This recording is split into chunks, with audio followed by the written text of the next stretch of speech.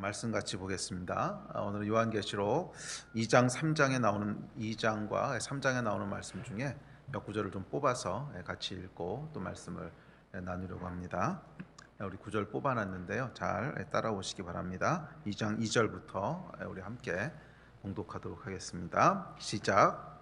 내가 내 행위와 수고와 내 인내를 알고 또 악한 자들을 용납하지 아니한 것과 자칭 사도라 하되 아닌 자들을 시험하여 그의 거짓된 것을 내가 드러낸 것과 또 내가 참고 내 이름을 위하여 견디고 게으르지 아니한 것을 아노라. 너는 장차 받을 고난을 두려워하지 말라. 볼지어다 마귀가 장차 너희 가운데에서 몇 사람을 옥에 던져 시험을 받게 하리니 너희가 10일 동안 환난을 받으리라. 내가 죽도록 충성하라. 그리하면 내가 생명의 관을 내게 주리라. 내가 어디에 사는지를 내가 아노니 거기는 사탄의 권자가 있는 데라. 내가 내 이름을 굳게 잡아서 내 충성된 증인 안디바가 너희 가운데 곧 사탄이 사는 곳에서 죽임을 당할 때에도 나를 믿는 믿음을 저버리지 아니하였도다. 이와 같이 내게도 니골라당의 교훈을 지키는 자들이 있도다. 그러므로 회개하라. 내가 내 사업과 사랑과 믿음과 섬김과 인내를 아노니 내 나중 행위가 처음 것보다 많도다. 그러나 내게 책망할 일이 있노라. 자칭 선지자라 하는 여자 이세벨을 내가 용납함이니 그가 내 종들을 가르쳐 꿰어 행음하게 하고 우상의 재물을 먹게 하는도다. 다만 너희에게 있는 것을 내가 올 때까지 굳게 잡으라. 너는 일깨어 그 남은 바 죽게 된 것을 굳건하게 하라. 내 하나님 앞에 내 행위 외에 온전한 것을 찾지 못하였노니 그러므로 내가 어떻게 받았으며 어떻게 들었는지 생각하고 지켜 회개하라. 만일 일깨지 아니하면 내가 도둑같이 이르리니 어느 때에 내게 이르는지 내가 알지 못하리라. 그러나 사대에 그곳을 더럽히지 아니한 자 몇 명이 내게 있어 흰옷을 입고 나와 함께 다니리니 그들은 합당한 자인 연고라. 내가 내 행위를 아노니 내가 작은 능력을 가지고서도 내 말을 지키며 내 이름을 배반하지 아니하였도다. 내가 나의 인내의 말씀을 지켰은즉 내가 또한 너를 지켜 시험의 때를 면하게 하리니 내가 속히 오리니 내가 가진 것을 굳게 잡아 아무도 내 면류관을 빼앗지 못하게 하라. 내가 이같이 미지근하여 뜨겁지도 아니하고 차지도 아니하니 내 입에서 너를 토하여 버리리라. 내가 너를 권하노니 내게서 불러연단한 금을 사서 부요하게 하고 흰옷을 사서 입어 벌거벗은 수치를 보이지 않게 하고 안약을 사서 눈에 발라 보게 하라.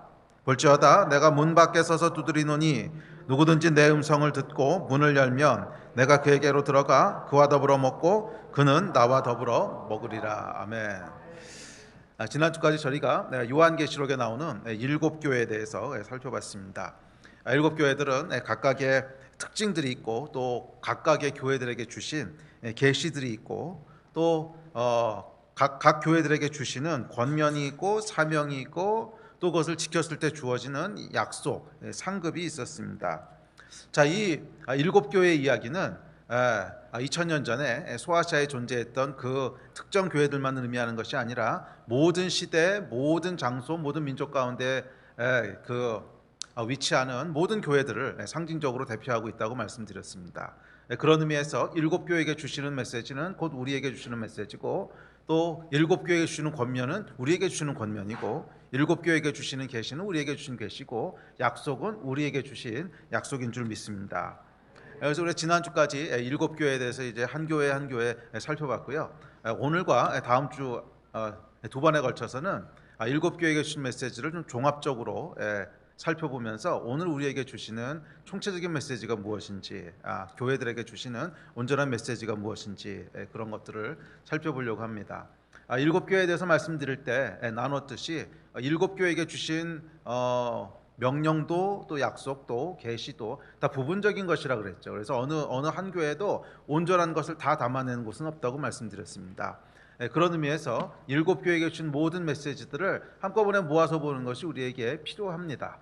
그것이 온전한 그림들을 우리에게 보여줄 것이고 또 하나님께서 우리에게 주시는 말씀이 무엇인지를 그 큰 그림을 볼 수 있게 해줄 것이라고 생각이 돼서 7교회를 그러니까 7교회에 대한 메시지를 다 마치고 다음으로 넘어가기 전에 그 종합적인 메시지들을 모아서 함께 한 두 번 정도 살펴보려고 합니다. 자, 7교회에 주신 이 그 말씀들을 종합해 보면 뭐 여러 가지 말씀들을 하셨습니다. 뭐 계시도 하셨고 여러 가지 말씀들을 하셨는데 그 중에서 특별히 두 가지 관점을 가지고 살펴보려고 하는데, 하나는 교회에게 주신 책임이 있고 두 번째는 교회에게 주신 약속이 있어요. 그래서 그 말씀들을 쭉 모아서 7교회에게 어떤 책임에 대해서 어떤 책무를 주셨는가 하는 것들을 모아서 한번 살펴보고, 그 책임과 책무를 완수했을 때 어떤 상급들을 약속하셨는지 그 약속의 말씀들을 살펴보면서 그러니까 7교회에게 주신 말씀들을 좀 종합해 보려고 합니다.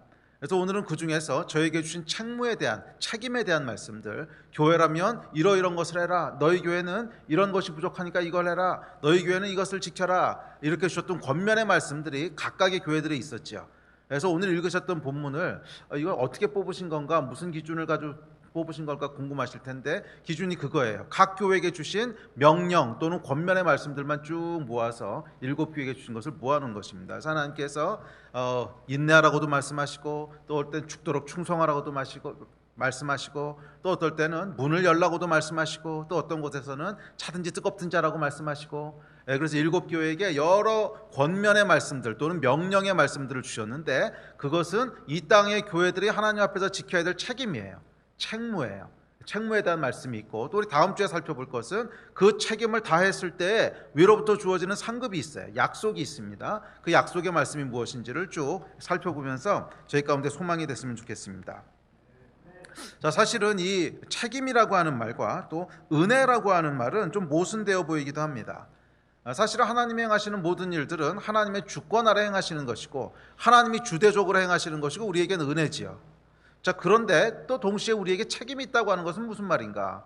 그럼 하나님의 은혜면 은혜고 우리의 책임이면 우리의 책임이지, 은혜면서 책임이라고 하는 것은 무슨 말인가? 이 두 개는 사실은 잘 생각해 보면 서로 공존하기 참 힘든 개념이에요.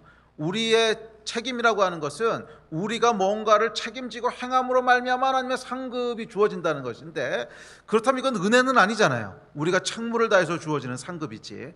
근데 또 어떤 곳에서는 전적으로 하나님의 은혜고 또 하나님께서 주권적으로 행하시는 일이고 이 말씀을 하신단 말이에요.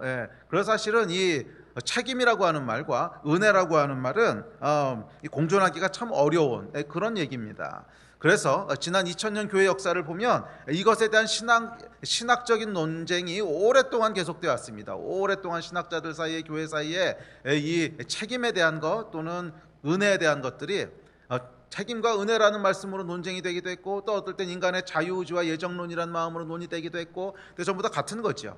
그러니까 하나님이 전적으로 행하시는 주권적인 일이냐, 아니면 인간이 뭔가를 선택할 수 있는 거냐 하는 이 논쟁이 오랫동안 교회에서 논쟁이 되어 왔는데, 결론은 뭐냐면 둘 다 맞다는 거예요.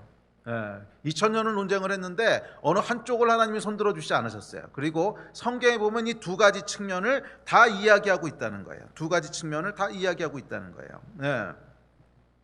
그래서 그래서 사실은 뭐냐면 이 책임이냐 아니면 은혜냐 하는 논쟁은 이성의 범위가 아니라 사실은 계시의 범주라는 거예요. 이성의 범주가 아니라 계시의 범주라는 거예요. 우리 이성으로는 아무리 생각해봐도 이 두 개를 같이 이해할 수 있는 방법이 없어요. 같이 공존시킬 수 있는 방법이 없어요. 이해할 수도 없고 설명할 수도 없어요. 아니, 하나님의 은혜면 은혜고, 또 하나님이 주권적으로 하셨으면, 주권적으로 하셨다는 건 뭐예요? 결국 하나님이 책임을 지신다는 거잖아요.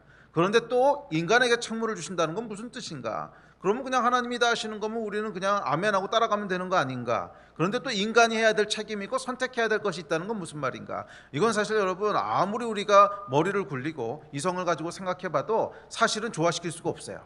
사실은 조화시킬 수가 없기 때문에 성경이 뭐라고 얘기하냐면, 이것은 이성으로 이해할 수 있는 범주의 것이 아니고 계시의 영역이라는 거예요. 계시의 영역은 뭐냐면 믿어야 되는 영역이라는 거예요. 이해할 수 있는 영역이 아니라는 거예요. 사실은 하나님은 우리보다 훨씬 크시고 우리의 모든 이성을 초월하신 분이시기 때문에 우리의 이성으로는 같이 조화시킬 수 없는 것이 하나님 차원에서 하실 수 있다는 거예요. 우리의 책임과 우리의 모든 자유의지를 존중하시면서도 하나님의 주권적으로 그 일을 행하실 수 있는 이런 초월적인 능력이 하나님께 있으시다는 거지요. 그래서 그 부분에 대해서는 아무리 하나님께서 우리에게 자세히 말씀을 해주시고 설명을 해주셔도 우리의 3차원 세계 안에 갇혀있는 크로노스 시공간 안에 살고 있는 우리로서는 이해할 수 있는 범위의 것이 아니라는 거예요. 그래서 그것은 뭐냐 하면 믿음으로 그냥 받아들여야 되는 거예요. 믿음으로 하나님께서는 이 두 가지를 동시에 하라고 하셨구나. 믿음으로 하나님께서 우리에게 책무를 주시면서 동시에 믿음으로 하나님께서 모든 것을 주관하시고 은혜로 이 땅을 살아가도록 하셨구나 하는 두 가지가 계시의 영역으로 우리에게 주어지고 있습니다. 자, 그래서 이것은 우리가 이해할 수 있는 영역이 아니고 계시의 영역이라고 하는 것을 기억하시고 그렇게 갔으면 좋겠습니다. 그래서 이것은 혼에 관련된 얘기가 아니고 영에 관련된 얘기예요.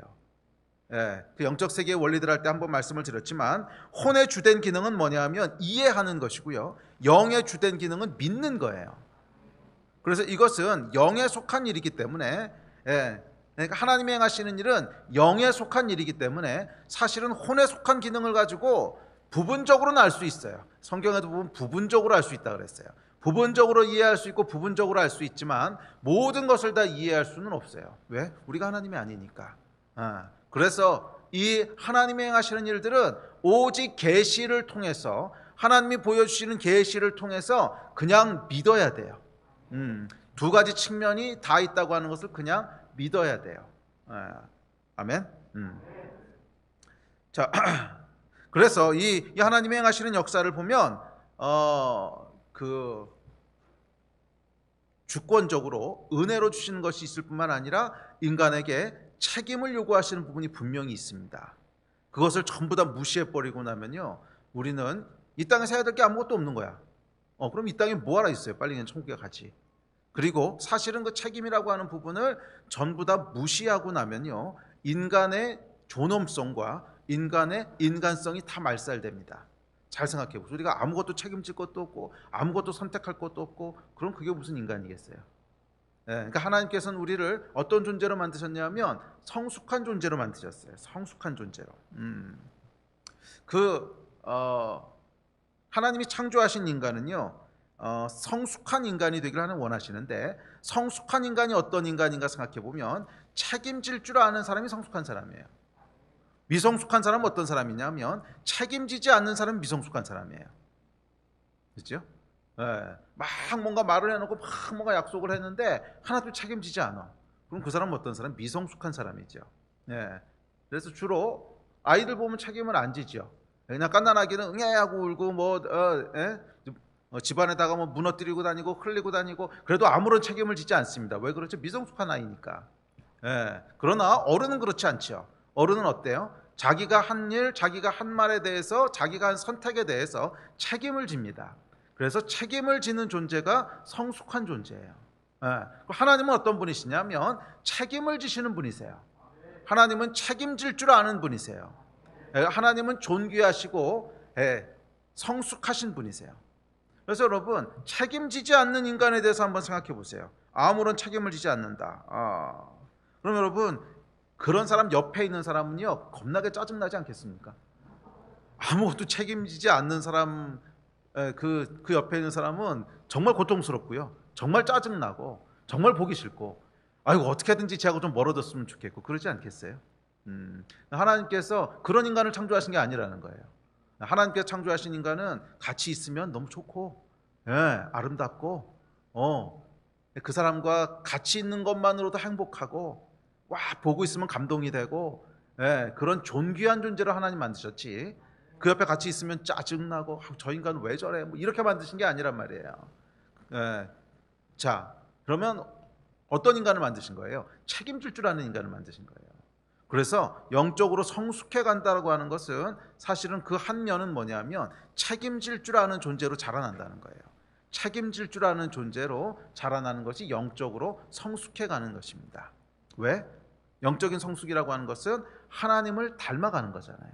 예수 그리스도를 닮아가는 것이 영적인 성숙인데 예수님께서는 책임지시는 존재셨어요. 심지어 자기가 저지른 일이 아니신데도 불구하고 인류의 모든 죄를 책임지시기 위해서 십자가에 달리셨어요. 그래서 우리가 예수 그리스도를 존경하고 그분을 경외하고 가치 있는 것을 좋아하고 사랑하고 그런 거 아닙니까? 책임지시는 존재니까. 예수님께서 아무런 책임을 안 지셔. 그래서 우리한테 그 약속하신 것도 그냥 마음 안 내키면 막 그냥 몰라라 그러시고 그런다면 여러분 아무도 예수 믿으려고 안 할 거리요.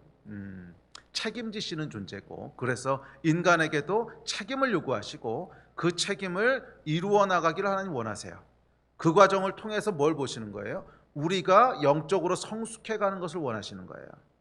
자, 그러니까 잘 들으십시오. 우리에게 어떤 책무를 주시고 책임을 주시는 것은 그 책임을 지는 행위를 하는 것을 통해서 뭔가 하나님이 유익을 얻겠다 하시는 것이 아니에요. 우리에게 어떤 사명을 주시는 것은 그 사명을 통해서 하나님께서 뭔가 떡고물을 얻겠다 이런 게 아니라는 거예요. 그 사명은 그냥 하나님이 스스로 하시면 훨씬 쉬우세요. 괜히 우리한테 맡겨가지고 이렇게 안 하시고요. 그냥 하나님이 직접 하시면 훨씬 쉬우세요. 그런데도 불구하고 하나님께서 우리에게 사명을 맡기시는 유일한 이유는 뭐예요? 우리로 하나님을 닮은 성숙한 존재가 되기를 원하시는 거예요. 그래서 우리에게 책임을 주시고 그 책무를 다하기를 기대하십니다.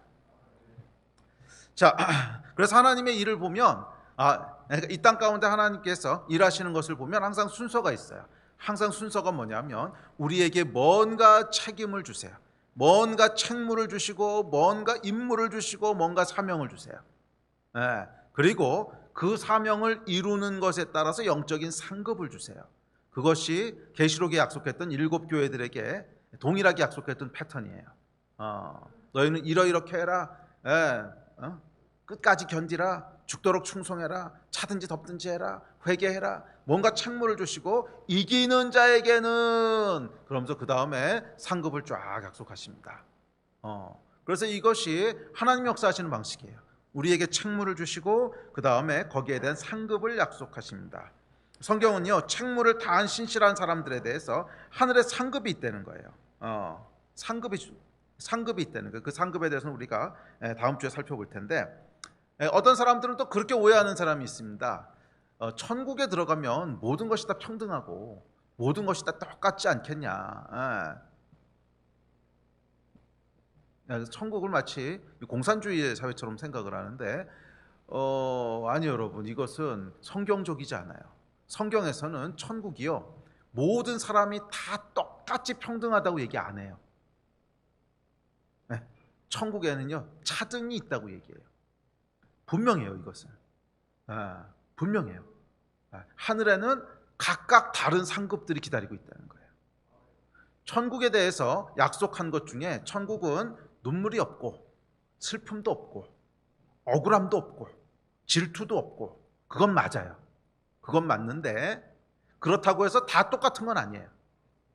우리는 타락한 세상을 살기 때문에 질투도 없고 눈물도 없고 억울함도 없으려면 아무런 차별도 없어야만 그렇게 된다고 생각을 해요. 근데 왜 꼭 아무 차등이 없어야만 질투도 없고 그게 없다고 생각을 하죠? 그거는 타락한 인간의 생각이에요. 잘 생각해 보세요, 여러분. 가정에서 말이에요.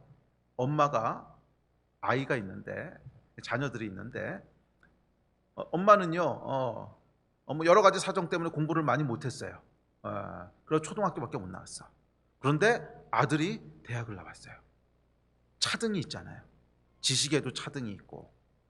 그렇게 해서 이제 나가서 직장을 잡는다고 해도 아들이 더 좋은 직장을 잡고 많이 벌겠죠. 그럼 엄마가요 질투할까요? 억울해할까요? 아니잖아요. 분명히 차등이 있는데 질투하지도 않고 억울해하지도 않고 슬퍼하지도 않잖아요. 자, 그러니까 우리가 눈물도 없고 고통도 없고 또 억울함도 없고 질투도 없으려면 다 똑같아야 돼라고 하는 생각이 얼마나 잘못된 생각인가 생각해 보세요. 그렇게 안 되는 예들이 있잖아요. 이 땅에서도 안 되는 예가 있잖아요. 가정 안에만 들어와도 이게 성립 안 하잖아요. 왜 그럴까요? 인간이 죄인이기 때문에 그런 거예요. 하나님의 완전한 사랑이 역사하는 곳에서는 다 같이 똑같지 않아도 모든 사람이 평등하지 않아도 그 안에 질투도 없고 그 안에 고통도 없고 그럴 수 있다는 거예요.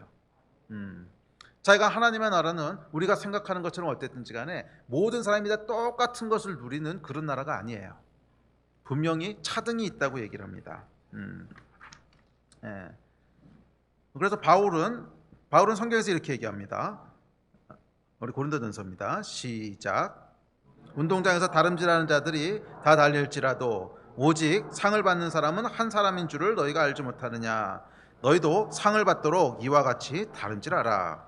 이기기를 다투는 자마다 모든 일에 절제하나니 그들은 썩을 승리자의 관을 얻고자 하되 우리는 썩지 아니할 것을 얻고자 하노라. 그렇잖아요. 분명히 바울이 너희가 상급을 위해서 다름질하라고 얘기합니다. 그래서 운동 경기에 나가는 사람이 다 같이 정말 열심히 일하지만 그 상 받기 위해서 열심히 일하는 거 아니냐. 너희도 너희의 승리의 면류관이 기다리고 있다. 이 상을 받도록 최선을 다해서 삶을 절제하고 이기기를 다투고 다름질하기를 상 받는 자 같이 해라. 이게 뭐예요, 여러분? 천국에서 상급이 있다는 거잖아요. 이 땅에서의 상급이 아니죠. 바울이 무슨 이 땅에서 상급을 누렸습니까? 죽도록 고생하다 그냥 순교해서 죽었잖아요. 바울이 원했던 상급은 하늘의 상급이었습니다. 분명히 하늘의 상급이었는데 이 상급이 있다는 거예요. 그래서 이 천국에 대해서 여러분 오해하시면 안 됩니다. 모든 것이 만약에 평등하게 주어지는, 구원에는 차별이 없어요. 구원에는, 천국에 들어가는 구원에는 아무 차별과 차등이 없지만 그 천국에서 우리가 어떤 영적인 권위를 누릴 것이고 그 천국에서 어떤 수준의 삶을 살 것인가, 그 수준이라고 하는 것이 조금 오해가 될 수도 있는데 약간 물질적인 수준에 대한 얘기는 아닐 거예요. 그래도 천국에서 살아가는 삶의 모양들은 우리가 이 땅에서 어떤 삶을 살았냐에 따라서 다르게 주어질 거예요. 그 상급이 분명히 존재할 거예요. 이 상급을 원하는, 상급을 위해서, 면류관을 위해서 이 땅을 달려가신 여러분들이 되셨으면 좋겠어요. 이 땅의 것을 취하려고 그러지 마시고 하늘에 있는 상급들을 열렬히 사모하시고 하늘에 있는 상급들을 믿음으로 취하시고 그것을 바라보시고 그렇게 살아가는 여러분 되시기를 주의 이름으로 축복합니다. 그게 성경의 권면이에요. 이 땅에서 주어지는 보상과 이 땅에서 주어지는 상급을 취하려고 하지 말고 영원한 하늘의 상급이 있는데 그것을 위해서 살라는 거예요. 영원한 하늘의 상급이 있는데 그것을 위해서 살라는 거예요. 물론 이 땅을 살아가는 동안 우리가 이걸 다 이해할 수는 없어요. 아니 천국에 차별이 있다는 게 무슨 말일까 이해할 수 없어요. 그러나 이것도 계시의 영역이에요. 그냥 성경이 그렇다 그러면 믿음으로 아멘으로 취하셔야 돼요. 천국은 우리가 머리로 다 이해할 수는 없지만 하여간 상급이 있는 것이고 거기는 차등이 있고, 그래서 성경은 얘기하기를 상 받기를 위해서 다름질하라고 얘기했고 상 받기를 위해서 열심히 달리고 절제하고 그러라고 말씀했다는 거예요. 승리의 면류관을 위해서 다름질하신 여러분 되시기를 다시 한번 주의 이름으로 축복합니다. 자, 이제 그렇다면 이 7교회에게 어떤 책무를 주셨을까요? 7교회에게 준 책무들을 우리가 쭉 살펴보면 사실은 이 땅에 있는 교회들에게 부분을 주신 거지요. 그래서 7개를 다 모아보면 우리에게 주시는 책무의 거의 온전한 모습들을 종합적으로 볼 수 있게 됩니다. 그래서 먼저 우리가 7교회에게 주신 책무, 책임 또는 사명, 권면, 명령 그런 것들을 짧게 살펴보고 이제 그러고 난 다음에 우리에게 주시는 종합적인 책무가 뭔가 하는 말씀들을 같이 보면서 좀 기도했으면 좋겠습니다. 첫째, 첫 번째 교회는 에베소 교회죠. 자, 에베소 교회에게 주시는 책무는 2장 2절부터 4절입니다. 2절부터 4절 같이 읽어봅시다. 시작. 내가 내 행위와 수고와 내 인내를 알고 또 악한 자들을 용납하지 아니한 것과 자칭 사도라 하되 아닌 자들을 시험하여 그의 거짓된 것을 내가 드러낸 것과 또 내가 참고 내 이름을 위하여 견디고 게으르지 아니한 것을 아노라. 그러나 너를 책망할 것이 있나니 너의 처음 사랑을 버렸느니라. 자, 여기 보면 우리에게 어떤 책임을 요구하십니까? 첫째, 수고하라고 얘기하시죠. 네 수고를 아노라. 또 뭐예요? 인내하고 참으라 하는 말씀하시죠. 인내하고 참으라. 내가 내 이름을 위하여 견디고 게으르지 아니하고 인내한 것을 아노라. 또 이 거짓 선지자와 또 악한 자들을 용납하지 않고 분별한 것도 하나님이 아신대요. 그러니까 이것도 우리에게 준 책임이죠. 분별해야 되는 책임이 있는 거죠. 또 참고 견뎠고 게으르지 않고 부지런했대요. 그러니까 이런 것들이 우리에게 주시는 책무라는 거예요. 너희가 참고 게으르지 않고 부지런하고 또 분별하고 수고하고 인내하고 이제 그랬다는 거죠. 네. 그러니까 이것이 첫 번째 교회인 에베소 교회에게 요구하셨던 어떤 책무입니다.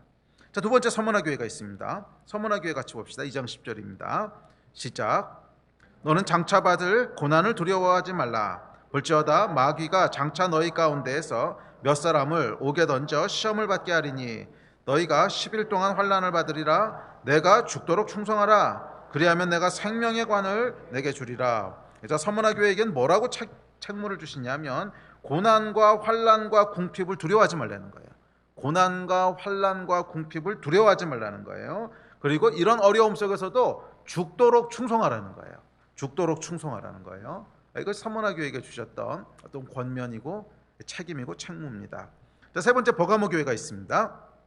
자, 2장 13절부터입니다. 시작. 내가 어디에 사는지를 내가 아노니 거기는 사탄의 권자가 있는 데라. 내가 내 이름을 굳게 잡아서 내 충성된 증인 안디바가 너희 가운데 곧 사탄이 사는 곳에서 죽임을 당할 때에도 나를 믿는 믿음을 저버리지 아니하였도다. 그러나 내게 두어 가지 책망할 것이 있나니 거기 내게 발람의 교훈을 지키는 자들이 있도다. 발람이 발락을 가르쳐 이스라엘 자손 앞에 걸림돌을 놓아 우상의 제물을 먹게 하였고 또 행음하게 하였느니라. 이와 같이 내게도 니골라당의 교훈을 지키는 자들이 있도다. 그러므로 회개하라. 자, 버가모 교회에겐 뭐를 요구하셨어요? 사탄의 권자가 있는 곳에서 순교를 감내하는 충성된 증인이라고 하는 걸 칭찬하셨어요. 네. 그러니까 사탄의 권자가 있는 곳에서 순교를 감내하면서 충성된 증인으로 섬겼던 것을 책임으로 주셨다는 거예요. 네. 또 믿음을 저버리지 말라라고 하셨어요. 또 잘못된 교훈을 지킨 것에 대해서 회개하라 그렇게 말씀하셨어요.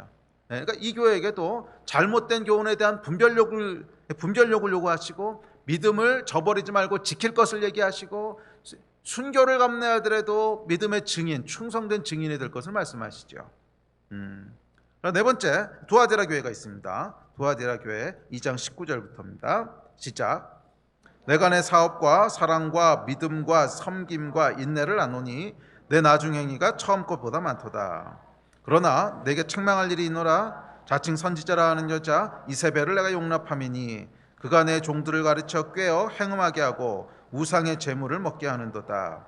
다만 너희에게 있는 것을 내가 올 때까지 굳게 잡으라. 자, 두아디라 교회에게 무엇을 요구하십니까? 사랑과 믿음과 섬김과 인내가 있대요. 사랑과 믿음과 섬김과 인내를 요구하시고요. 나중이 처음보다 많대요. 그러니까 즉 영적으로 계속 성장해 갔다는 거예요. 네, 그러니까 영적으로 성장해 갈 것도 우리에게 요구하시고요. 또 이세벨이라고 하는 영적 간음을 했던 그것을 회개하라 그러셨어요. 네. 거짓 선지자를 허락했던 것을 회개하라.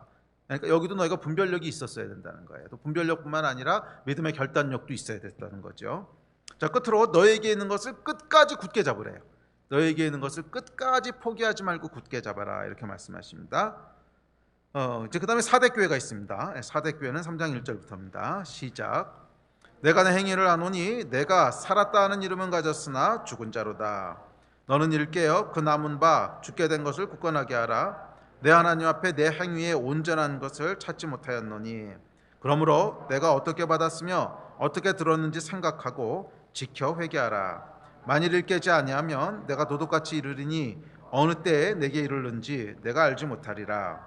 그러나 사대에 그옷을 더럽히지 아니한 자 몇 명이 내게 있어 흰 옷을 입고 나와 함께 다니리니 그들은 합당한 자인 연고라. 자, 사대교회에게 요구하신 것은 영적으로 살아있는 자가 되라는 거예요. 네가 살았다 하지만 실상은 죽은 자라. 그러니까 이름만 있는 자라는 거예요. 영적인 생명을 유지하라 하는 책임을 주시고 또 하나님 앞에 온전하라 이렇게 말씀하시고 또 하나님께 어떻게 받았고 어떻게 들었는지 너에게 행하신 하나님의 은혜의 역사를 기억하라는 거예요. 너희가 어떻게 받았고 어떻게 들었는지 네가 다 잊어버렸다는 거예요. 너희에게 어떻게 말씀하셨고 어떻게 받았는지 그 은혜를 다 기억하라. 잊지 말고 기억해라. 또 흰옷, 거룩함을 하나님 앞에서 유지하라. 이런 말씀들을 사대교회에게 주십니다. 자, 여섯 번째 빌라델피아 교회입니다. 3장 8절부터 있습니다. 시작. 내가 내 행위를 아노니 내가 작은 능력을 가지고서도 내 말을 지키며 내 이름을 배반하지 아니하였도다. 내가 나의 인내의 말씀을 지켰은즉 내가 또한 너를 지켜 시험의 때를 면하게 하리니 내가 속히 오리니 내가 가진 것을 굳게 잡아 아무도 내 면류관을 빼앗지 못하게 하라. 자, 빌라델비아 교회에게는 어떤 책무를 주십니까? 작은 능력에도 불구하고 하나님의 말씀을 인내함으로 지키래요. 인내함으로 지키래요. 또 배반하지 말래요. 또 면류관을 빼앗기지 말래요. 면류관을 빼앗기지 않을 책임이 우리에게 있고, 견뎌야 하는 책임이 우리에게 있고, 배반하지 말아야 되는 책임이 우리에게 있다는 거예요. 그러니까 지금은 모든 거 다 기억하지 않으셔도 되는데 어떤 말씀들을 하시나 하는 것들 여러분 계속 이렇게 들어보세요. 네, 마지막 7번째 라오디게아 교회가 있습니다. 3장 16절부터입니다. 시작. 내가 이같이 미지근하여 뜨겁지도 아니하고 차지도 아니하니 내 입에서 너를 토하여 버리리라. 내가 너를 권하노니 내게서 불러 연단한 금을 사서 부요하게 하고 흰 옷을 사서 입어 벌거벗은 수치를 보이지 않게 하고 안약을 사서 눈에 발라보게 하라. 볼지어다 내가 문 밖에 서서 두드리노니 누구든지 내 음성을 듣고 문을 열면 내가 그에게로 들어가 그와 더불어 먹고 그는 나와 더불어 먹으리라. 자, 라오디아 교회에게 요구하신 책임은 차든지 뜨겁든지 확실히 하라는 거죠. 차든지 뜨겁든지 너희 신앙의 색깔을 확실히 해라. 불로 연단한 금이라고 하는 것은 시련을 통한 믿음이라고 그랬죠. 또 믿음에 대해서 요구하시고 안약이라고 하는 건 분별력이죠. 분별력에 대해서 얘기하시고 또 흰 옷이라고 하는 건 거룩함이죠. 거룩함에 대해서 얘기하시고 또 문을 열고 예수 그리스도와 동행해라. 그러니까 너희 삶을 예수 그리스도와 동행하면서 살아라. 뭐 이런 것들을 요구하십니다. 자, 7교회에게 자, 이런 말씀들을 하십니다. 자, 이것들을 한번 종합을 해보면 대충 이런 내용들입니다. 인내, 충성, 또 예수를 사랑하라, 분별하라, 또 영적으로 살아라, 영으로 죽어 있으면 안 된다, 또 회개해라, 거룩해라, 이런 것들입니다. 자, 그런데 이런 것들 중에 여러 번 말씀하신 것들이 있어요. 한 교회에게만 하신 말씀이 아니라 여러 교회에게 반복적으로 하신 말씀들이 몇 가지 있습니다. 그 말씀들을 한 서너 가지 뽑아서 살펴보면서 이것만은 우리 삶 가운데 꼭 지켰으면 좋겠어요. 자, 첫 번째로 가장 많이 말씀하신 게 여러분 뭔지 아세요? 그러니까 7교회에게 쭉 표현은 조금씩 다를 수 있어요. 표현은 뭐 견뎌라 이렇게 말씀하시기도 하시고 어떨 땐 배반하지 마라 이렇게 말씀하시기도 하는데 표현은 여러 가지인데 결국 내용은 같은 내용인데 가장 반복적으로 말씀하신 건지 뭔지 아세요? 인내하라는 거예요.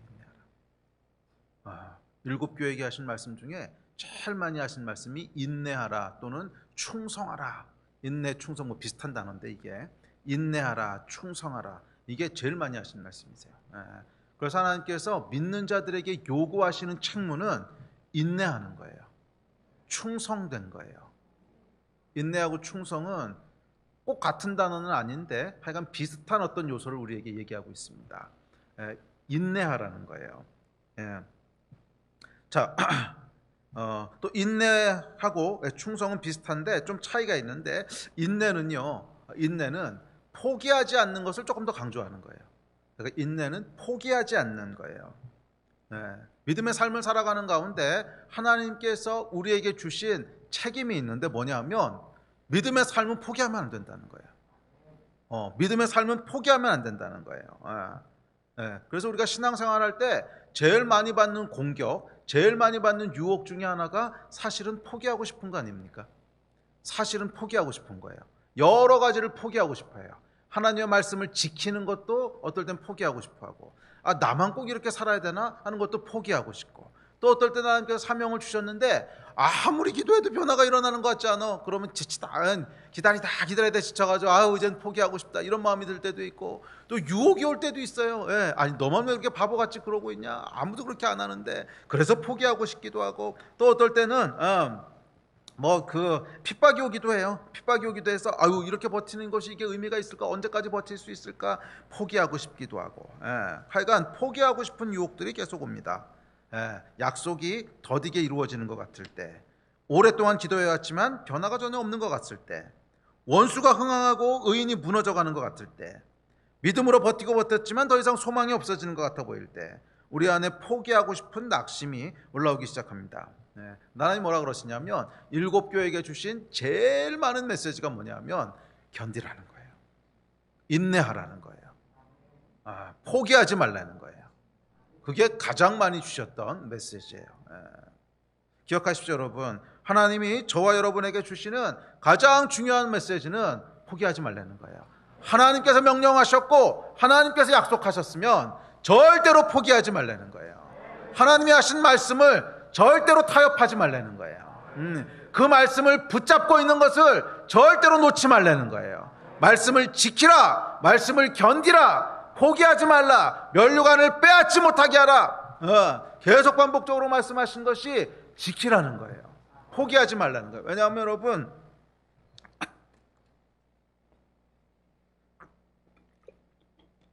또한 충성된 것도 비슷한 단어긴 한데, 충성이라고 하는 것은 하나님이 두신 곳을 떠나지 말고 그냥 그 자리에 있으라는 거예요. 하나님이 뭐라고 말씀하셨으면 이제 딴 데로 가 하기 전까지 그냥 그 자리에 있는 게 충성이에요. 그러니까 인내하고 충성은 비슷한 말이긴 한데 조금 뉘앙스가 다르죠. 그러니까 인내는 하여간 내 안에 주신 하나님의 말씀 또는 하나님이 행하신 어떤 것도 그만두지 말라는 것이고, 충성은 그냥 두셨으면 그 자리에 계속 있으라는 거예요. 그 자리를 떠나지 말라는 거예요. 하나님이 두신 것을 떠나지 말라는 거예요. 그래서 믿음을 저버리지 말라고 하시고, 말씀을 지키라고 하시고, 끝까지 믿음을 지키라고 하시고, 죽도록 충성하라고 말씀하십니다.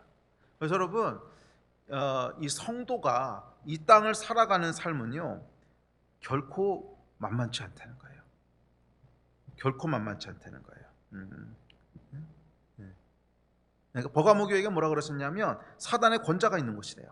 사단의 보좌가 있는 곳이래요. 그러니까 이 세상은 여러분, 하나님을 떠나서 타락한 이 세상은 사탄의 지배 아래 있고, 그 사탄은 어떻게든지 하나님의 백성을 넘어뜨리려고 하고, 어떻게든지 하나님의 백성을 하나님이 두신 곳에서 떠나게 하려고 그래요. 우리가 살아가는 이 세상은요, 아름답고 살기 좋은 천국이 아닙니다. 우리가 살아가는 이 세상은 사탄의 권좌 아래 있어요. 그래서 끊임없이 유혹과 끊임없이 미혹과 끊임없이 핍박이 오는 것이에요. 어떻게든지 하나님의 백성을 유혹하려고 하고, 유혹해도 안 되면 속이려고 하고, 속여도 안 되면 핍박하고. 그것이 여러분, 그 사단의 세 가지 무기 아닙니까? 처음에 유혹해요. 유혹하다가 안 되면 속여요. 속여도 안 되면은 그 다음에 윽박 지르는 거죠. 또 죽여. 그래서 핍박하고 이러는 거죠. 자, 그래서 유혹과 미혹과 핍박 가운데 둘러싸여서 살아가는 하나님의 백성에게 요구되는 것인데, 이게 뭐예요? 인내와 충성이에요. 인내와 충성이에요. 어려움이 와도 불평하지 않고 견디는 것입니다. 핍박이 와도 배반하지 않고 믿음을 지키는 것입니다. 고난과 궁핍 속에서도 결코 하나님을 떠나지 않는 거예요. 그것이 우리의 책무입니다. 큰 핍박이 있을지라도 나와 내 집은 여호와를 섬기겠노라, 이 고백을 하는 거예요. 어떠한 상황 가운데 있어도 나와 내 집은 여호와를 섬기겠노라, 하나님이 나를 두신 곳에서 나는 결코 움직이지 않을 것이다, 이 마음을 한결같이 지키는 것입니다.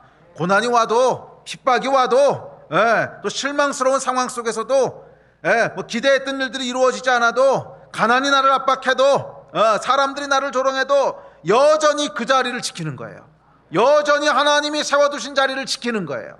여전히 포기하지 않는 거예요. 생명의 위협이 와도 주를 향한 나의 충성은 흐트러지지 않습니다. 나는 1000만년이 지나도 주님께서 주신 자리를 옮기지 않습니다. 나는 100만년이 지나도 하나님께서 옮기라고 하시기 전까지는 그 자리를 지킵니다.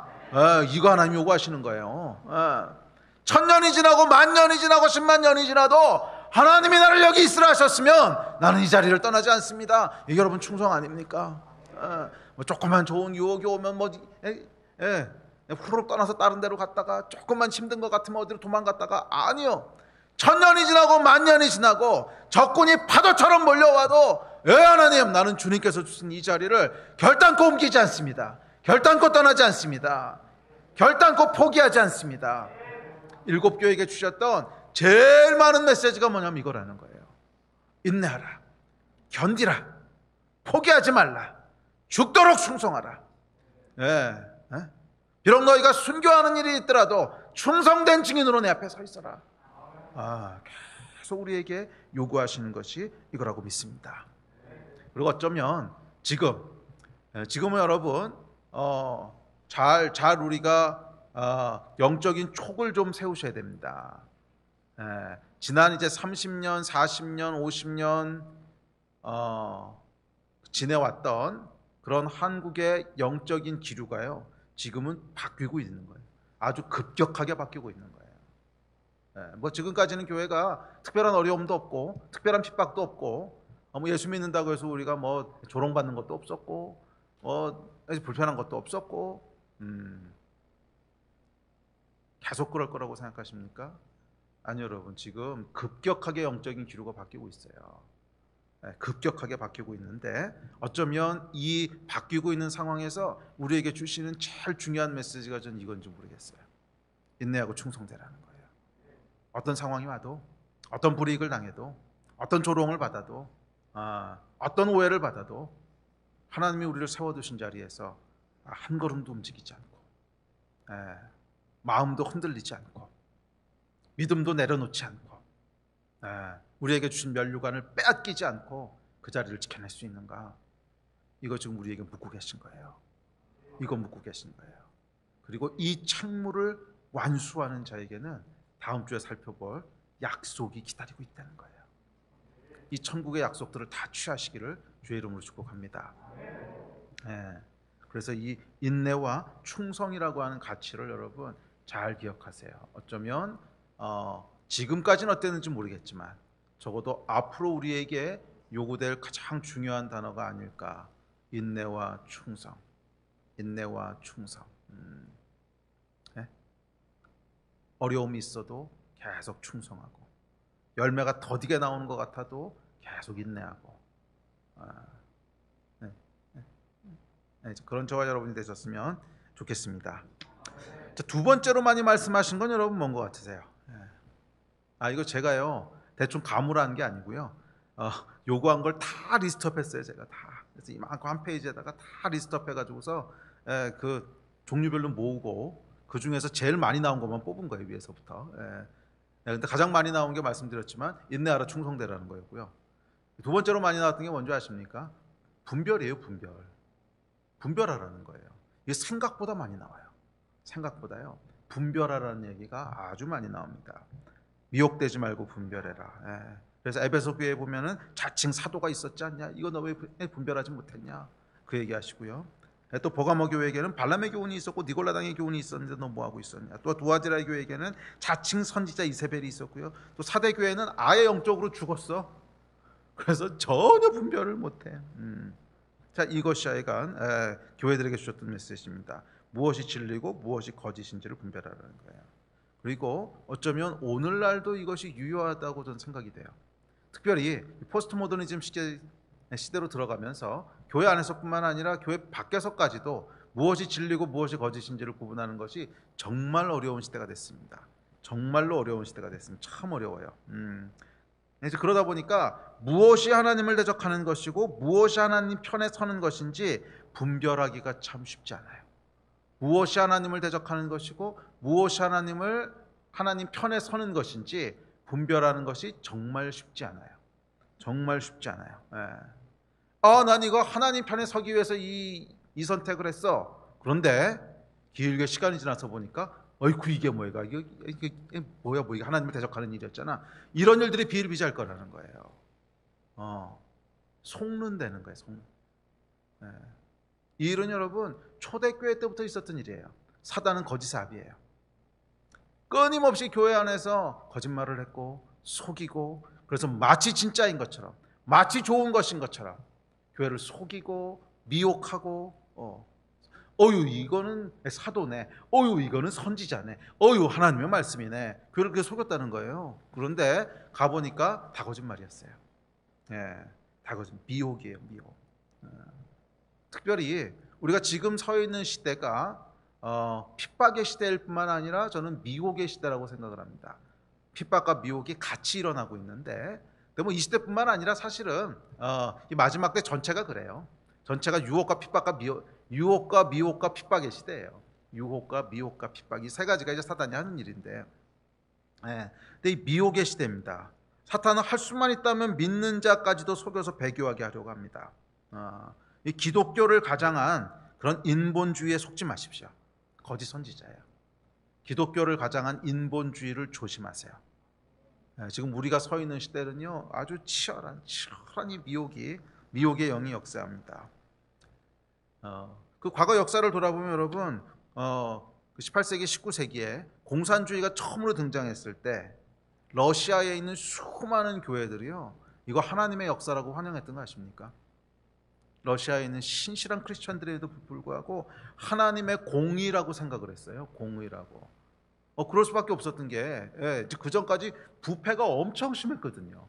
러시아의 부패가 엄청 심해서 뭐 왕, 귀족 이런 사람들이 그냥 그 파워를 가지고 이 가난한 자들과 다 착취해 가지고서 자기 혼자 잘 먹고 잘 살고 뭐 굶어 주는 사람 사방에 퍼졌고 비참하게 가난하게 살아가고 그러는데, 갑자기 어떤 레닌이라는 사람이 나타나 가지고서 이걸 뒤집어 엎는 거잖아요. 이 부패를 척결하는 거잖아요. 부패를 척결하고 의를 실현하고 공의를 실천하고 가난한 자와 고아를 돌보고, 와, 하나님의 역사다. 와, 하나님의 공의가 이루어지는구나. 그래서요, 많은 교회들이 레닌을 지지했습니다. 저와 여러분이 그 당시에 살았다면 어떻게 했을 것 같으세요? 쉬운 일 아니었지 않겠어요?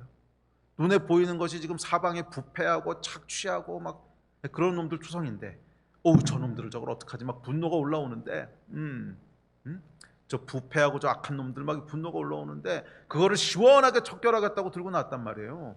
이거 얼마나 하나님이 행하신 일처럼 보여요. 얼마나 하나님의 일처럼 보여요. 그리고 성경적인 가치를 실현하잖아요. 공평하게 나누고, 또 가난한 자를 없이하고, 고아와 과부를 돌보고, 완전히 성경적이잖아요. 그래서 러시아에 있던 교회들이 여러분 바보가 아닙니다. 우리보다 똑똑한 사람들인데 다 지지했다가요, 결국 어떻게 됐습니까? 공산혁명이 일어나고 나서 수십만 명의 크리스천들이 순교합니다. 수십만 명의 크리스천들이 순교하고요, 교회는 다 문을 닫게 됩니다. 정신 바짝 차려야 돼요. 속은 거예요. 그렇죠. 명확하게 속은 거죠. 명확하게 속은 거죠. 무엇에 속았는 줄 아세요, 여러분? 무엇에 속았냐면 인본주의의 선과 의와 공의와 의로움에 속은 거예요. 사람에게서 나오는 의로움을 의로울 수 있다고 생각한 거예요. 참 미련한 것인데. 그러니까 속은 게 여러분, 악을 행하자, 그러니까 사탄을 숭배하자, 뭐 하나님을 대적하자. 그럼 누가 속겠어요? 미혹은 그렇게 오는 게 아닙니다. 선하고 좋은 일을 하자는 거예요. 성경적인 가치를 실현하는 것처럼 보여요. 아주 의로워 보이고 아주 공의로워 보이고 그렇게 보여요. 선하고 좋은 일을 하자는 거예요. 그게 미혹이에요. 그런데 결국 끝에 가보면 이게 뭐요? 결국 하나님의 교회가 다 무너지고, 결국 하나님의 하나님의 세우신 목회자들 다 죽고요, 리더들도 다 죽고, 교회는 다 문 닫고, 결과를 가보면 이건 정말 마귀짓이죠. 정말 마귀짓인데 그 당시에는 참 어렵다는 거예요. 분별하기가. 그 당시에는 참 어렵다는 거예요. 그리고 여러분, 지금도 그런 시대라는 거예요. 어쩌면 혁명이 일어났던 그 러시아의 레닌의 시대보다 지금이 더 교묘할 거예요. 지금이 더 교묘할 거예요. 정말 깨어 있으셔야 돼요. 정말 깨어 있으셔야 돼요. 우리는 뭐 하는지도 모르고 하다 보면 배교에 있을 수도 있어요. 어쩌면 하다가 교회를 핍박하고 교회를 무너뜨리는 것에 가편 투표할 수도 있어요. 바울도 그랬던 거잖아요. 바울도 하나님에 대한 열정과 하나님에 대한 열심으로 스데반을 죽이는데 가편 투표했어요. 교회를 무너뜨리는데 가편 투표했어요. 거기다가 올소 그러고 투표했다는 거야. 근데 나중에 성령 받고 정신 차리고 나서 보니까 내가 뭐 한 거지? 속았구나. 우리도 여러분 정신 바짝 차려야 됩니다. 정말이요. 지금 이 시대는 제가 보니까 바울의 때하고 똑같아요. 바울의 때가 똑같아요. 성령으로 분별하지 않고는 무엇이 진짜인지를 알 수가 없어요. 너무 교묘해요. 너무 교묘해요. 성령이 아니고서는요 분별할 수가 없어요. 네. 성령이 아니고서 분별할 수 없다고 하는 건 무슨 말이냐면 그 뒤에 역사하는 영을 볼 수 있어야 된다는 거예요. 겉으로 드러나는 모습을 보는 게 아니에요. 겉으로 드러나는 모습은 다 좋은 말들이에요. 의로운 일 하자, 공평하게 하자, 뭐 하자, 다 좋은 말인데 그 뒤에 역사하고 있는 영이 뭐냐는 거야. 그 영이 정말 하나님의 영인지 아니면 하나님을 대적하는 영인지 이거를 볼 수 있지 않으면요, 이걸 볼 수 있지 않으면 다 미혹될 수밖에 없어요. 다 미혹될 수밖에 없어요. 그래서 미혹에 대한 말씀을 이렇게 묵상하면서 과연 우리가 미혹되지 않으려면 뭐가 필요할까 보니까 두 가지가 필요하더라고요. 하나는 지금 말씀하신 대로 영을 볼 줄 알아야 돼요. 영을 분별할 줄 알아야 돼요. 예, 겉으로 드러나는 뭐 다 같이 똑같이 잘 살자, 뭐 공의롭게 하자, 공평하게 하자 이런 건 다 소용없어요. 그건 물론 하나님의 영이 역사하셔도 그렇게 얘기할 수 있지만 다른 영이 역사해도 그렇게 얘기한다는 거예요. 그래서 겉으로 얘기하는 거에 속으면 안 되고 그 뒤에 역사하는 영이 뭔지를 봐야 돼요. 그게 하나님을 대적하는 데서부터 나온 영인지 아니면 하나님을 경외하거나 적어도 하나님을 존중하는 데서 나오는 영인지 이걸 볼 줄 알아야 된다는 거예요. 아멘.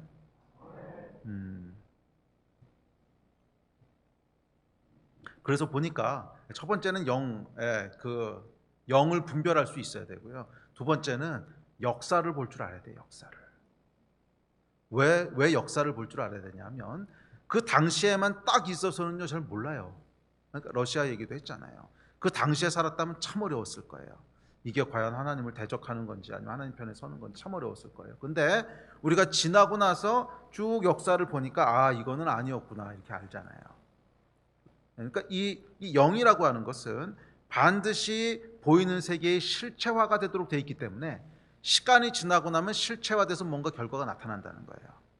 그래서 그 당시에는 아무리 분별할 수 없고 이거야 하나님이 하시는 일인지 마귀가 하는 일인지 모르겠어. 그래도 시간이 10년, 50년, 뭐 길게는 뭐 100년, 뭐 그렇게까지 안 가는 것도 1, 2년 뭐 지나면 하나님을 대적하는 영에서부터 나온 것은 결국 하나님을 대적하는 결과가 나타나요. 결국 하나님을 대적하는 결과가 나타나요. 교회를 핍박하고 무너뜨리고 하나님을 대적하고 이게 나타난다는 거예요.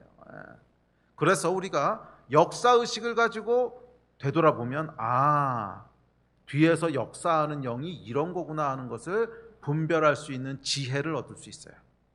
그래서 이 두 가지가 참 중요합니다. 우리 자녀들도 마찬가지예요. 결국 역사를 볼 줄 아는 아이들로 키워야 돼요. 안 그러면 굉장히 헷갈릴 거예요. 굉장히 헷갈릴 거예요. 그러나 역사를 볼 줄 아는 사람들은 그 가운데 많은 도움을 얻을 수 있고, 근데 이것만 가지고는 안 돼요. 아까 얘기했지만 가장 중요한 본체는요 영이에요. 영. 성령께서 우리 안에 역사하셔서 그 뒤에 역사하는 영이 뭔지를 볼 줄 알아야 돼요. 근데 사실 여러분 공산주의의 영이라는 게 있단 말이에요. 공산주의의 영은 그 당시에는 분별이 되게 어려웠을 거예요. 이게 공산주의 하자는 건데 그게 뭐 그렇게 나쁜 거 아니잖아요. 처음 공산주의의 영이 그 이제 공산주의가 드러나기 시작했을 때는 그 좋은 건지 나쁜 건지 분별하기가 크리스천 참 어려웠어요. 그런데 지금 100년이 지나고 나니까 야, 이 공산주의 영이라고 하는 것은 결국 하나님을 대적하는 영이구나. 역사를 통해서 우리가 다 안단 말이에요. 그렇다면 공산주의의 영이 역사하고 있으면 거기서 아무리 그렇단 말을 해도 이건 하나님을 대적하는 거예요. 결국 아무리 그럴듯한 말을 해도 역사를 돌아보라고요. 공산주의의 영이라고 하는 것이 기본적으로 갖고 있는 그 파운데이션이 뭔지를 보자는 거죠. 뭐 아무리 말을 이렇게 하고 성경적인 가치를 어떻게 하고 무슨 아무리 그렇게 말을 해도 그 가장 기초에 있는 가치가 뭐냐는 거예요. 결국 하나님을 대적하는 거거든. 결국 인간의 어떤 그 인간을 하나님으로 생각하는 거거든요. 결국 인간의 이성을 가지고 인간의 의지를 가지고 유토피아를 만들겠다고 하는, 그리고 대놓고 하나님을 부인하는, 그러니까 유물론에서 나온 거잖아요. 결국 유물론에서 나온 하나님을 부인하는 것부터 나온 그러니까 그 뒤에서 역사하는 영이 공산주의 영이면요, 뒤에서 역사하는 영이 공산주의 영이면 겉으로 드러나는 것이 무슨 말을 해도 결국 속으면 안 된다는 거예요. 그건 미혹이에요. 그래도 그게 더 좋을 것 같지 않습니까? 그건 지금은 그렇게 보일 수 있어요. 그러니까 지금 요 시점만 딱 떠서 놓고 보면 맞아요, 분별이 안 돼요. 그런데 시간이 지나 보면 분명히 어떤 결과를 나올 줄 안다는 거예요. 역사를 통해서 본 거죠. 분명히 어떤 결과가 나올 줄 알아요. 공산주의 영은 결국 하나님을 대적하고 사람들을 하나님으로부터 멀어지게 하고 교회를 핍박하고 교회를 무너뜨리고 믿는 자들을 죽여요. 그게 결국 공산주의 영이 나타나게 되는 결과예요. 미혹의 시대라고 하는 걸 기억하세요. 7교회에게 주셨던 두 번째로 많은 메시지가 속지 말라는 거예요. 거짓 사도에게 속지 말고, 거짓 선지자에게 속지 말고, 니골라당의 교훈에게 속지 말고, 속지 말라는 거였어요. 그리고 오늘날 교회에게 주시는 메시지도 동일하다고 믿습니다. 속지 말라는 거예요. 이 미혹의 시대에 깨어 있으라는 거예요. 이 미혹의 시대에 깨어 있으라는 거예요. 그래서 정말로 성령의 충만한 임재 가운데 우리가 하루하루 살아가지 않는 자들은 정말 속기 쉬울 거예요. 한 방에 훅 갈 거예요. 한 방에 훅 갈 거예요. 미혹의 시대에 속지 않는 여러분들 되시기를 주의 이름으로 축복합니다.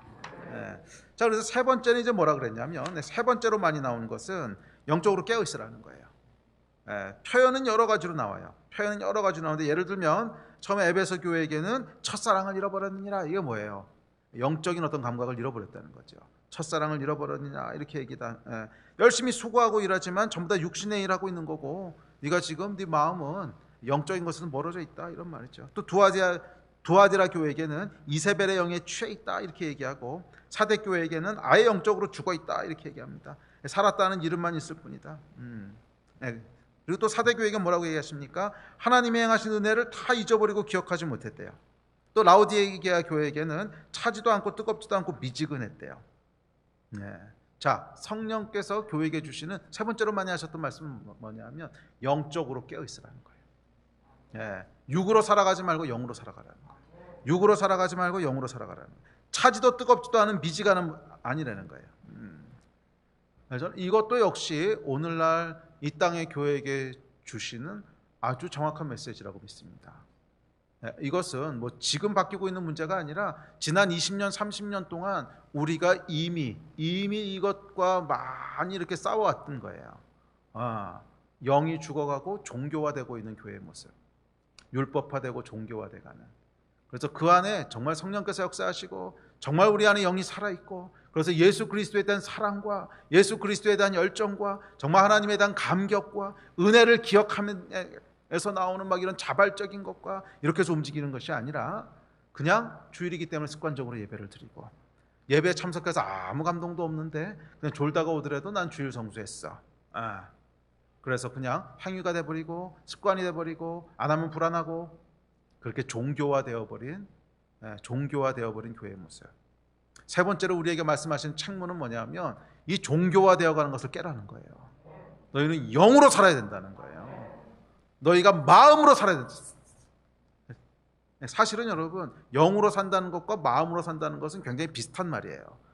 영으로 산다는 건 뭐냐면 우리가 어떤 습관과 율법에서 움직이는 것이 아니라 우리 안에 있는 마음이 예수 그리스도에 대한 감격과 은혜에 대한 감사와 예수에 대한 사랑과 그것에 의해서 움직여지는 게 영으로 움직이는 거예요. 그러니까 영으로 움직인다고 하는 건 뭐 초자연적으로 이렇게 움직인다는 뜻이 아니라, 영으로 움직인다고 하는 것은 성령께서 우리 안에 하나님의 은혜를 잊지 않게 하시고 은혜에 감격하게 하시고 예배 드릴 때마다 눈물이 나게 하시고, 그래서 예수 그리스도에 대한 처음 그 사랑과 나를 구원하신 은혜와 하나님의 행하신 놀라운 역사 때문에 내 안에 마음이 계속 움직여가지고서 그래서 하나님을 섬기게 되는, 이게 영으로 살아가는 거예요. 이게 교회는 그걸 지켜야 된다는 거예요. 우리가 싸워야 될 영적 싸움은 이거라는 거예요. 마음이 다 식어버렸는데 차지도 않고 뜨겁지도 않은데 습관적으로 하나님의 일을 한다고 교회 다니고 예배드리고, 이거 아니야. 우리가 싸워야 될 영적인 싸움은 우리 안에 영이 역사하나, 영이 깨어있는, 영이 깨어 있는. 그리고 여러분은 어떠십니까? 예. 여러분의 예배는 어떠세요? 정말 영이 깨어 있어서 드리는 예배십니까? 네, 그러신 줄 믿습니다. 그러니까 사인업해서 여기까지 왔겠죠. 정말 뜨거운 사랑과 열정 때문에 예배하십니까? 여러분의 기도와 말씀 생활은 어떠십니까? 그냥 셀에서 하라 그러니까 습관적으로 또는 억지로 행하시는 일입니까? 아니면 그 시간이 기다려지고 그 시간이 정말 꿀송이 같고 막 하루라도 놓치게 되면 너무 아쉽고 그 마음으로 하십니까? 이게 중요한 질문이라는 거예요. 기도와 말씀은 여러분 어떤 마음으로 여러분 삶 가운데 이루어지고 있습니까? 예수 그리스도와의 만남이 정말 설레고 막 흥분되고 그래서 예수님 앞에 나가는 시간이 막 기다려지고 예배하는 시간, 말씀 보는 시간, 기도하는 시간 막 기다려지고 막 설레고 그 시간만 되면 막 하나님 앞에서 내가 기쁨이 어쩔 수 없고 그렇게 여러분 움직여지고 있습니까? 아니면 그냥 오래 해왔던 거니까 모태로부터 내가 교회를 다녔으니까 아무런 감동도 아무런 은혜도 없이 그냥 하던 거니까 그렇게 되면 안 된다는 거예요. 세 번째 주신 명령은 영이 깨어 있어야 된다는 거예요. 영이 깨어 있어야 된다는 거예요. 아멘. 예배팀 앞으로 나오십시오. 영이 깨어 있어야 된다는 거예요. 네 번째 것이 있습니다. 네 번째만 있는 게 아니고요. 실제로 정리해 보면 한 7, 8가지가 있는데 뭐 뒤에 거 그냥 한두 번 나온 건 다 뺐습니다. 내가 반복적으로 여러 번 나온 것만 한 건데 그 다음으로 말씀하신 게 뭐냐면 수고하고 섬기라는 거예요. 수고하고 섬기라는 거예요. 누구를 위해서 수고하라고? 주를 위해서 수고하라는 거예요. 주의 나라를 위해서 힘쓰라는 거예요. 이제 고린도전서에 보면 이렇게 얘기합니다. 시작. 그러므로 내 사랑하는 형제들아 견실하며 흔들리지 말고 항상 주의 일에 더욱 힘쓰는 자들이 되라. 이는 너희 수고가 주 안에서 헛되지 않은 줄을 알미라. 게으르지 말고 부지런히 수고하고 섬기라는 거예요. 주의 나라와 의를 위해서 우리의 시간과 재물을 드리라는 거예요. 복음과 선교의 확장을 위해서 우리의 자산들을 쓰라는 거예요. 여러분 어떻습니까? 여러분의 시간은 또 여러분의 재정은 무엇을 위해 드려지고 있습니까? 정말 하나님 나라의 확장과 선교의 일과 주의 나라를 세우는 그 일에 기꺼이 드려지고 있습니까? 이거 하라는 거예요. 주의 일에 힘쓰라는 거예요. 주의 일에 수고하라는 거예요. 이제 말씀 마무리합시다. 우리 하나님께서는 우리를 책임 있는 존재로 부르셨습니다.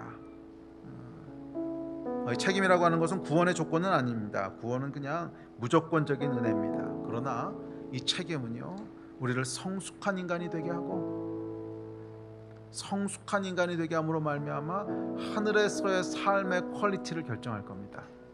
천국에서 내가 어떤 권위와 어떤 영광과 어떤 퀄리티의 삶을 살 건가 하는 것은 이 땅에서 우리가 얼마나 책임 있는 존재로 살았느냐 하는 것에 의해서 결정되는 거예요. 오늘 7교회에게 주셨던 책무들을 우리 기억합시다. 정말 시대가 바뀌고 있는 이 첨예한 때에 인내하고 충성된 저와 여러분이 됐으면 좋겠어요. 포기하지 않고 주님 두신 곳에서 움직이지 않고 어떠한 시련이 와도 어떠한 고난이 와도 어떠한 유혹이 와도 1000만 년이 지나도 난 주님 세워두신 곳에서 주님께서 움직여라 하기 전에는 움직이지 않습니다. 충성된 저와 여러분이 됐으면 좋겠어요. 또한 미혹되지 않는 여러분 되셨으면 좋겠어요. 인본주의 영에 속지 마세요. 세상이 얘기하는 인간의 의로움에 속지 마세요. 성령 충만하세요. 성령 여러분 안에 역사하셔야 돼요. 성령이 역사하지 않으시면 인본주의의 영에 다 속을 수밖에 없어요. 제 35년 신앙생활의 결론이에요. 아무리 신실하고 아무리 성실하고 아무리 뭐 어쩐 것 같아도 성령이 그 안에 역사하지 않으면 결국 속아요.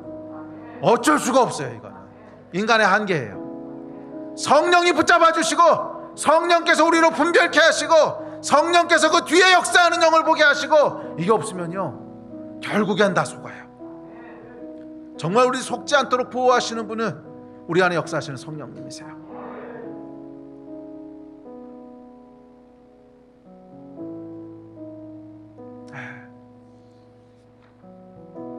또 영적으로 깨어있는 저와 여러분 되셨으면 좋겠습니다.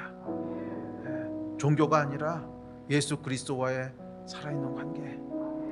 우리가 문을 열어서 우리 안에 그분이 들어오셔서 그분이 나와 함께 먹고 그분이 나와 함께 살고 그분이 나와 함께 동행하는 이 영의 비밀을 우리 삶 가운데 누렸으면 좋겠어요. 그래서 가정에 있든 직장에서 일어나든 아니면 뭐 이웃을 만나든 아니면 학교에서 공부를 하든 우리 안에 계신 예수 그리스도, 우리 안에 계신 성령님으로 말미암아 모든 순간순간이 기쁨이 되고 모든 순간순간이 은혜고 감사고 감격이고 기쁨이고 이 영이 역사하는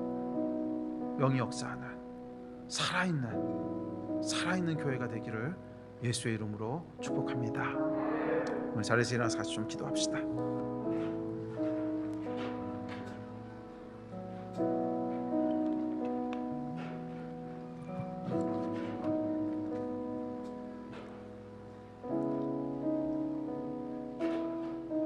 우리 들으신 말씀을 기억하시면서 좀 기도하고 예배하면서 이제 그렇게 반응하고 나갔으면 좋겠습니다.